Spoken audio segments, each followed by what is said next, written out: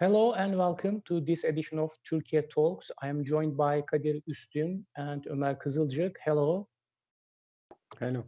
Hi, Bora. Hi. We have been neglected actually the issue of Syria. Everybody focused on Ukraine and other developments around our region. But let's look at what's going on in Syria because recently really important developments took place. For example, the assassination of ISIS leader in Syria.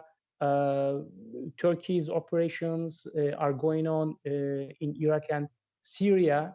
Actually, the Winter Eagle operation I'm referring to.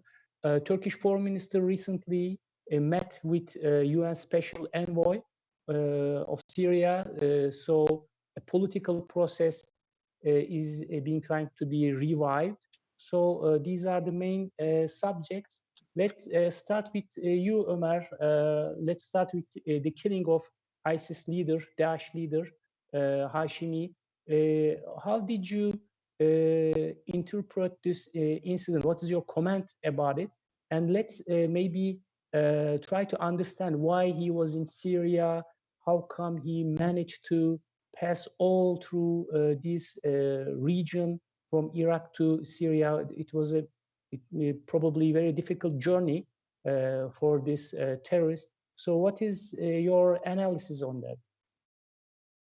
So first of all, we have to admit and clearly state that it's an intelligence success of the United States of America because the area of the operation it was located close to the Atma camp in Idlib, and the Atma camp hosts over 1 million IDPs, and it's an incredibly crowded area, so a really good place for to hide for the ISIS leader. And we have to say that the operation itself, even though it had some mistakes and failures, and one American helicopter could not take off and needed to be destroyed, displays a clear success. However, on the other side, there are important questions. The first of which, as you mentioned, how did the ISIS leader came to this area in the first place?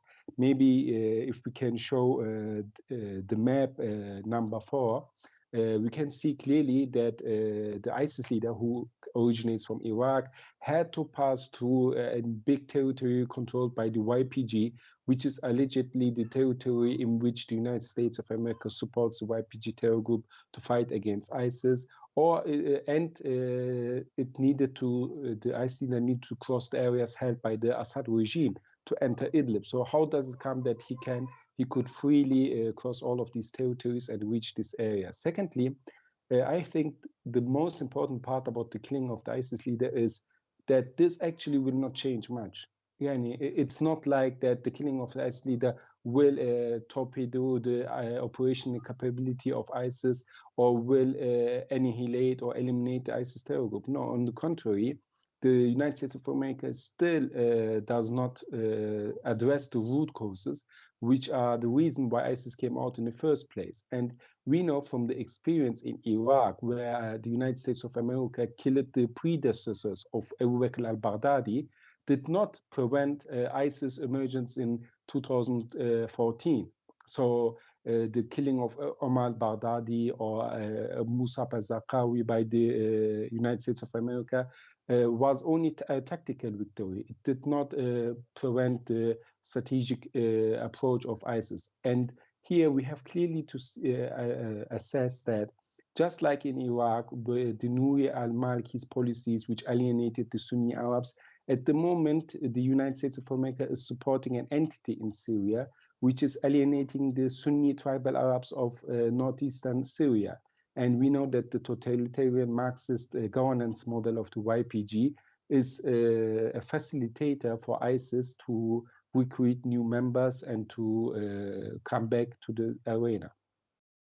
I'm going to ask about YPG later, but I would like to, I have a follow-up question actually, if Kadir, if you allow me. Remember that ISIS attacked a prison in northeast of Syria in late January. So they had some sort of operational capability You say, the killing of this ISIS leader will not harm or will not decrease their capacity of actions. Can you a little bit talk about it? I mean, how come they were able to attack this prison? And do you think this operation against Hashimi, the ISIS leader, was a response to this attack, or it was irrelevant? What is your take on that? So first of all, I do not think there's any line of connection between the killing of Hashimi and the prison break attempt of ISIS. We have to see that ISIS, since it lost its territorial control 2 years ago, had always continued its operations and its attacks in Syria and in Iraq. We have seen that whenever ISIS attacks in Iraq increased, the number of attacks in Syria decreased. And whenever the number of attacks in Syria increased, the number of attacks inside Iraq decreased. So there's a clear show that ISIS members actually went from Iraq to Syria, fought and back. And they did this by crossing the Ambar Desert and the Deir ez-Zor Desert, which are controlled by the Iraqi government on the Iraqi side and the YPG on the Syrian side.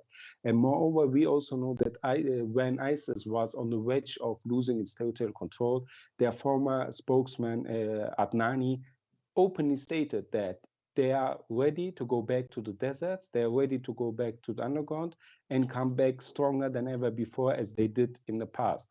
So the strategy of ISIS is just to wait out for a moment to come back. And they have actually recruited many new members. We know that many ISIS members were bribed out of the prisons. There were important reports by some international news media that the YPG took some bribes to free ISIS members. Many ISIS families inside the camps were released out of the camps after alleged tribal mediation. And ISIS managed to build up a new base and new popular support. And by using this, ISIS actually attempted a prison break, and they succeeded to some extent. We still don't know how many ISIS members managed to escape from the prison, but the propaganda of ISIS says it was 800.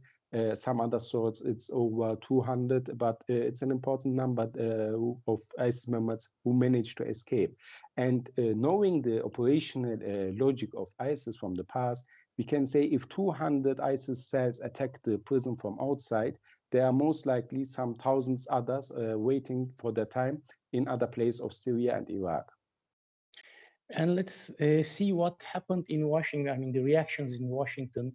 Kadir, I think this was a moment like the one when the United States killed Baghdadi a few years ago.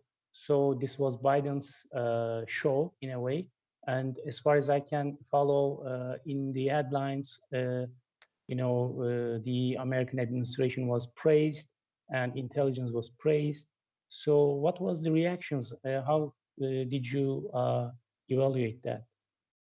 In some ways, it was similar to the Baghdadi killing and, Osama bin Laden killing, for instance. They released a photo of Biden watching the operation real time.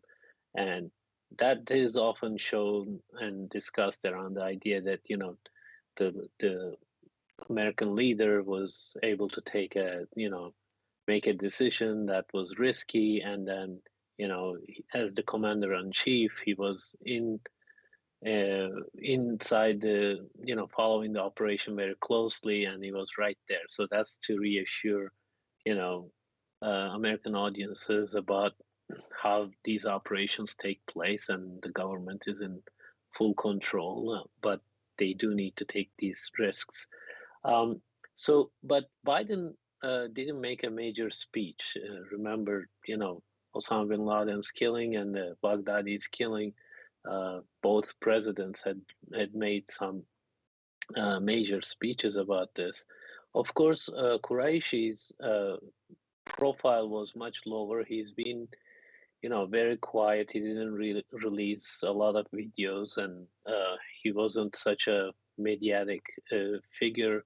And then there are some reports that he had a hard time establishing his authority in the first place. And this prison break attempt may have been actually his attempt to kind of increase his profile and establish his status. These are some of the comments. I don't, I'm not an ISIS expert, but this is how it was discussed in the US. And it may have actually exposed him more, which allowed basically American special forces to find him. They had been following him, obviously, for a while, but they had intelligence and they were able to capture him just a day after that prison break attempt. And then there was a lot of emphasis in the US about, civilian casualties. They specified how the operation, he blew himself up and then, cost the lives of some civilians, his family members, but others were saved, and how American administration was very careful about this, etc. So in terms of how the operation was conducted and presented, there are some serious differences as well. So Biden didn't present this as a big victory, but to show that, he's committed to pursuing terrorists around the world. But there was a broader debate also about, some people wrote things about like how this operation showed that pulling out of Afghanistan was a mistake. Being on the ground allows you to, basically this kind of flexibility to go after ISIS terrorists, etc. So there's some debate there that some people are trying to bring back the Afghanistan debate to tell, to the public that, Afghanistan pullout was essentially a mistake America could have done with a light footprint, would have been fine with a light footprint on the ground.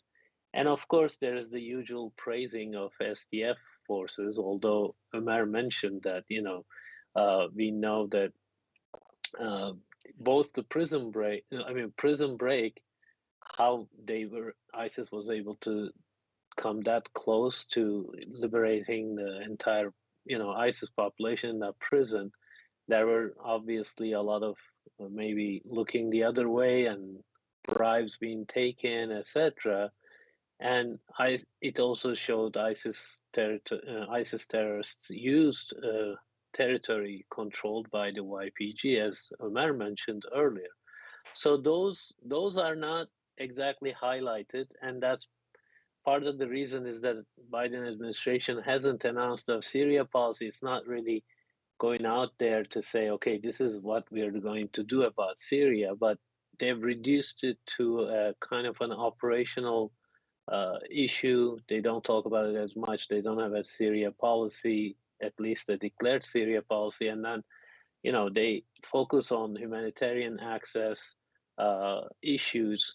But Biden administration has been largely sort of silent about Syria, and, they don't really want to discuss it. They don't want to announce a policy. So in the middle of all of that, this is kind of a quote unquote victory against terrorism, but as Ömer said, it probably won't change the broad outlines of what's happening in terms of ISIS's recruitment and spread all around the Middle East, greater Middle East, and maybe other countries. But I think it is important, right? The leadership.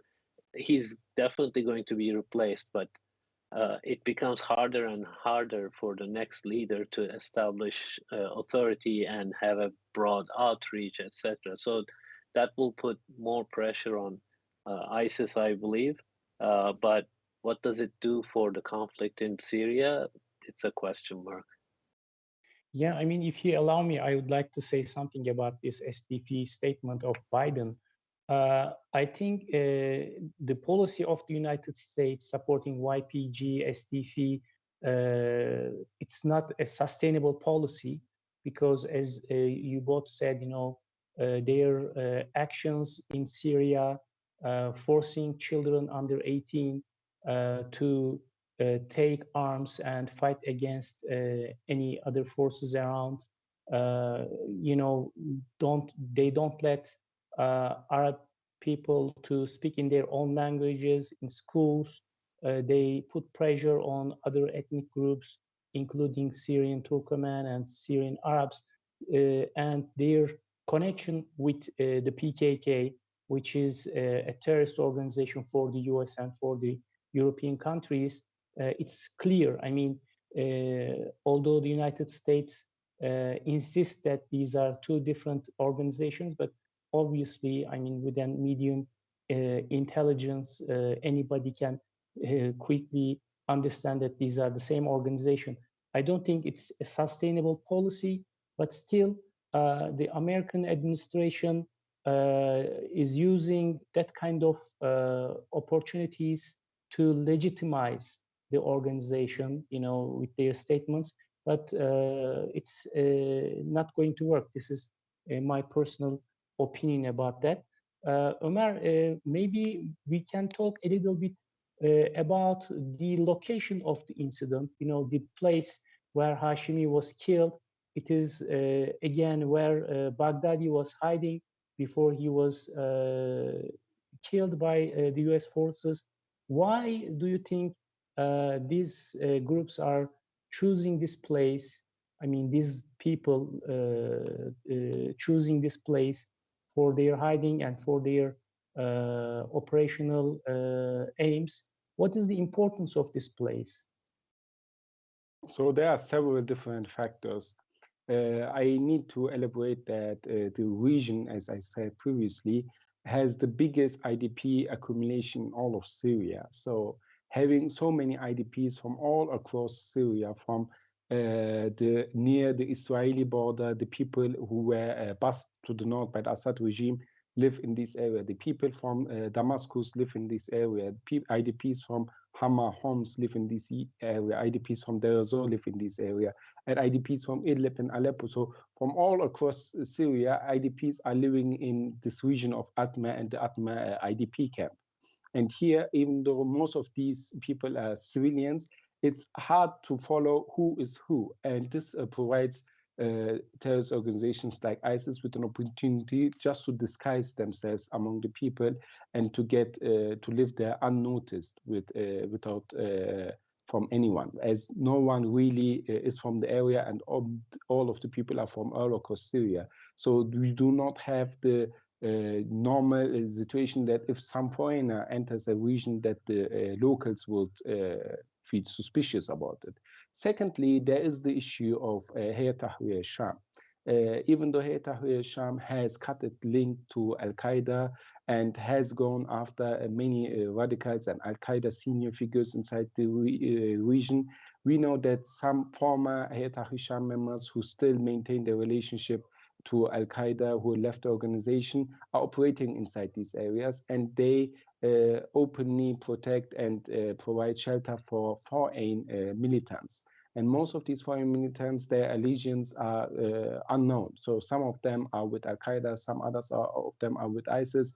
And we know that Hayat Tahrir al-Sham conducts systematic operations to capture these people, but inside a huge population density and with the capacity of Hayat Tahrir al-Sham, this is limited. So we know that some figures inside Idlib operate as mediators for ISIS and help them to find some safe houses and safe places. So even the house of Abu Ibrahim al-Hashimi al-Qurashi, his house was actually rented by some intermediate person, and he lived there without the knowledge of anyone. So even his neighbors did not know that he was living there. So the population density coupled with a problem in the governance of Idlib and the presence of Hayat Tahrir al-Sham and other foreign radicals provides ISIS with such an opportunity just to disguise themselves and to get unnoticed. And what about the narrative of the US? Do you think it's really, I mean, we know that many civilians were also killed. And according to US narrative, the guy killed himself, exploded himself. I mean, he acted as a human bomb. But some people are suspicious about it. I mean, they think that maybe this was an act of air attack, or we don't know, because the witnesses are giving different accounts. So if we accept the American narrative, but still there are 12 people killed in this action, do you think this will have an impact on the local people, their attitude with the US and other forces in the region? So we know that from local sources, the storytelling is quite different than what the American officials are telling about the operation.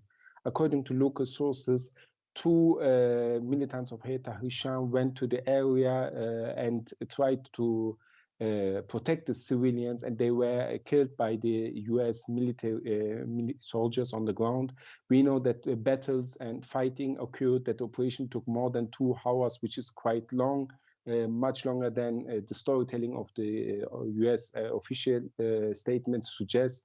And we also know that suicide vests have a limited capacity to harm its environment, while the number of dead civilians and the locations of where the corpses were found indicate that it's likely that the US soldiers on the ground and the US Air Force were responsible for most of the civilian casualties. I might agree that the close family of the ISIS leader might have been killed during the suicide vest attempt explosion by the ISIS leader, but all the others, the neighbors or the other civilians in the area who rushed to the place, or even the two Hayat Hisham militants who went to the area, they were clearly killed by the US military. So, and this killing, or as the Americans would call it in the Afghanistan operations, this collateral damage is the one thing this terrorist organization always use to generate new recruits. So for every civilian who is being killed by any US military operation, this is being exploited by the terror organizations to recruit new ones. And the general mathematics is here: for everyone killed, 5 others join a terrorist organization. And this indicates that in an area where poverty is really high, where the people and the children do not have any future, where the people do not have even legal official documents and live in extreme dire conditions, and they see that the United States of America do not care about killing civilians, it's easier for radical groups and terrorist entities to recruit them and to brainwash them. And we know from ISIS propaganda media that they will most definitely over-exaggerate civilian casualties and use this in their propaganda when they admit the killing of ISIS leader. Until so far, there is no official statement from ISIS in which they state that their leader was killed. So in contrast to the killing of Bayraktar al-Baghdadi, it takes more time. Yeah, whenever an incident like this takes place, people talk about the timing of it. Why now? Why not one day before, or a week later, or 2 weeks before? So this guy was not in a preparation of changing place, obviously, and the timing is a question. At this point, I want to ask you, Kadir, do you think this incident has something to do with what's going on in Ukraine? Maybe the US was in an action of showing force. I'm capable of this, while everybody was focused on Ukraine. Do you think there is a relation between these two, or it's just coincidence? Well, I obviously don't know. I honestly don't know. There's always, in these kind of operations, like you said, timing is always questioned, and what are the political considerations of pressing the button and going forward with it. And as I mentioned earlier, there are some, usual themes, like, how the operation was conducted, and the American government took care to avoid any civilian casualties, etc. I mean, those discussions are difficult, but like Ömer said, the implications of that,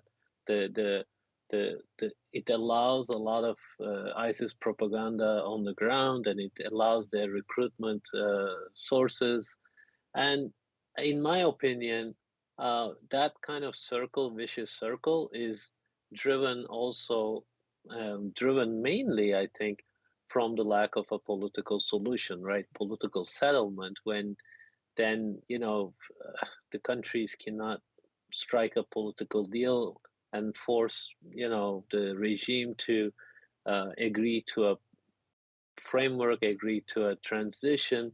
All these problems continue to fester. Humanitarian challenges, terrorism, right? The air zones of like American help to the YPG, which is, Turkey has a very hard time with. So all these dynamics, as long as they continue, these incidents, when they happen, or these operations when they happen, everybody will present it from their own perspective, and it won't address the root causes of the conflict, or it won't bring us closer to a diplomatic or political solution. So I think the bigger problem there, and I don't want to, like minimize the importance of civilian casualties, and that's been a problem for a long time with American, operations. But the lack of political will to sort of put American political and diplomatic sort of will out there and try to force, um, Russia, Iran, others to come and negotiate and agree on an ultimate solution. If you don't do that, then you're basically playing the game of whack-a-mole, and then you're claiming that you're dealing with terrorism around the world. So it loses a lot of its weight like that, and it doesn't address the issue. I think a much more determined and comprehensive approach by the US is necessary for sure. Bora, maybe we can I can ask you and Ömer about the, Turkish operations, and some, outside as usual, criticize those operations and claim that it was giving, some relief to, terror groups on the ground. But the Turkish operations have been very consistent in their targeting and etc. Ömer mentioned that this was being done maybe on two fronts now, multiple fronts. Can you guys maybe, Bora, you can, talk about Yeah, how maybe. it's presented in the Turkish media, and Ömer can talk about operational aspects maybe, and of course, anything else you would like to say. Yeah, I mean, actually, these two incidents started same day, as far as I know. Turkish Winter Eagle and this American operation started simultaneously, maybe separate two incidents. Turkey is conducting operations, has been conducting operations since 2017. In Turkish territory, we have seen several operations, series of operations like Kıran and Kapan and Clown. What else? Eagle, Eagle, Tiger, Eagle, many, several. And also another one is going on in Turkey, Eren. It's been, I think, the 21st Eren operation started yesterday. So Turkey keeps pressure on terrorist groups, especially PKK, but not only PKK. Also, maybe Ömer will talk about the other ones like Euphrates Shield in Syria, Olive Branch, Olive Branch, and many other operations are taking place. So this is the last one, but this is maybe a little different. I think Ömer wants to talk about it because it takes place not only one country, but simultaneously on two foreign territory, right, Ömer?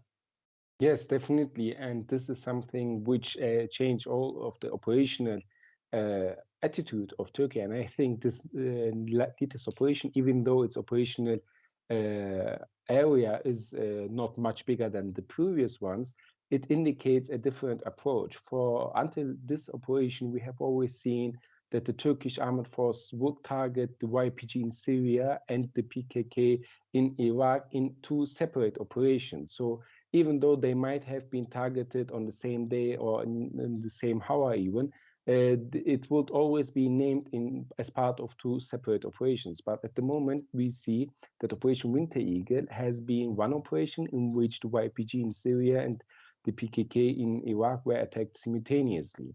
So this has an important aspect for the future, because we know for some months, since August of last year, the Turkish armed force have engaged in drone strikes against senior PKK Kandil veterans inside Syria, operating in the YPG ranks. And we have also seen that the Turkish armed force have conducted many retaliation strikes against the YPG attacks to the areas controlled by the Syrian interim government in Syria's north. So in Iraq, the Turkish armed force is cooperating with the Kurdish Peshmerga forces, while the Turkish armed force push from the north towards the south and eliminate the PKK tunnels and the caves. The Kurdish Peshmerga blocks PKK supply routes and enters areas controlled by the PKK and reasserts Kurdish sovereignty over Kurdish territory in Iraq. In Syria, we have seen that the Turkish armed force is cooperating with the Syrian National Army and the Syrian interim government, and there is a simultaneous operation ongoing. So I wonder, after this operation, how will it continue forward? And I expect that since the Turkish armed force have mainly cleaned the area of PKK presence in northern Iraq, which has a link towards Turkey, that the next step will be to keep up the pressure on PKK positions and bases and enclaves, which are further south and do not have any direct link towards Turkey, to open the way for the Kurdish Peshmerga forces and for the Iraqi army to enter PKK-held territories and to assert their own control over this area. Actually, we have seen that in the area of Sinjar, previous to the Operation Winter Eagle, that the Iraqi army has entered some areas around Sinjar and has arrested PKK members and militants. So with these airstrikes of Turkey, Turkey is actually opening the way for the Iraqi central government to control its own territory. So, and by striking the YPG simultaneously, Turkey clearly shows that the PKK and YPG is the same for Turkey, and that Turkey also aims to open the way for the Syrian interim government to clean more territory from the YPG. And here, interestingly, the one actor the PKK now has to count on for its survival is in Syria, Russia, and in Iraq, it's Iran. So interestingly, after the Turkish airstrikes on Sinjar, with the Asaib al-Haq senior leader, which is an Iran-based Shia militia, has threatened Turkey with war and warned Turkey to not continue its operation against PKK. So this shows that Iran does not want PKK to be eliminated by Turkey, as Iran thinks that after PKK's elimination, the Turkish political power would increase and Turkey would go further south to the Iraqi side and would challenge the Iranian dominance in Iraqi politics. And on the Syrian side, we have seen when Turkey was on the verge of launching a new military operation together with the Syrian interim government against the YPG, that US CENTCOM officials opened the airspace for Russian Air Force for the first time since the beginning of the war, and allowed Russian fighter jets to be deployed to the Kamishli airport and to use the airspace in the east of Syria. And with that, the Turkish military operation was, the Turkish-Syrian military operation was postponed, and the negotiations between Turkey and Russia over a new military operation still continue to this day. So the YPG in this new situation will increasingly need to appease and accommodate Iranian demands, need to accommodate Russian demands, And this is something the folks in Washington, D.C., to my opinion, ignore and do not foresee. When the YPG continues to increase its engagement with Russia and Iran, I highly wonder how this will fit into the US politics for the Middle East. Yeah, I think also we should underline this. Turkey has an amazing victory against the PKK. You know, when we look at what has happened during the last few years, Turkey eliminated and neutralized many high-value targets in Iraq, in Turkey, in Syria. And if you have noticed, with almost no civilian casualties, Turkish strikes were very precise. When we compare with the US operations, Turkey acted very careful when hit any terrorists. So I think this should be mentioned. Also, Turkey has managed to, cut the contact of the organization, reach human resources, right? It's very difficult for the organization to recruit new people, especially in Turkey. The participation from Turkish Kurds to the terrorist organization is very limited. Maybe last year it's under 20 or 30, something like that. This Bora, was if I may add here something, according to the PKK's own publications, in which they commemorate their fallen comrades, allegedly, quote unquote, we see that more and more Iranian and Syrian Kurds and Kurds who came from Europe to join the PKK are being more and more on the forefront. And the Turkish citizen PKK members are less and less in comparison to the past. So we can even also see this in the PKK propaganda itself.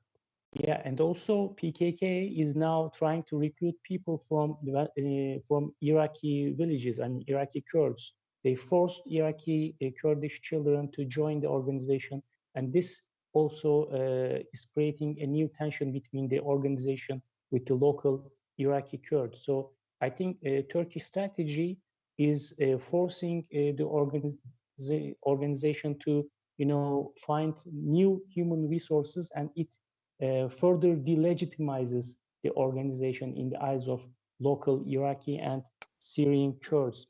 And also these operations are stopping the terrorist organization shelter around Turkey. Also Turkey is trying to cut the link between Iraqi and Syrian territories so that the US aid and other logistical support is decreasing from Iraq to Syrian PKK. That's why I'm telling this is not sustainable. But when I look at US media, in the headlines, they write, Turkey attacks Syrian Kurds, Kurdish ethnic groups. So I think this is a problem. I don't know why this is the situation. What is your take on this issue, Kadir? Well, as you both know, in the mainstream media, the YPG is basically described as Syrian Kurds or Kurds in general. There's this broad umbrella term, Kurds, and they lump everything in it without differentiating between different groups, some of which have Turkey has very, very strong relationships with. People, more the analysts who know the region, who understand the region, they do know these differences and they understand, but they do, a lot of them go along with the administration's policy of distinguishing between Syrian Kurds and PKK and others, and they claim there's no direct cooperation. But even that claim has been pronounced a lot less lately.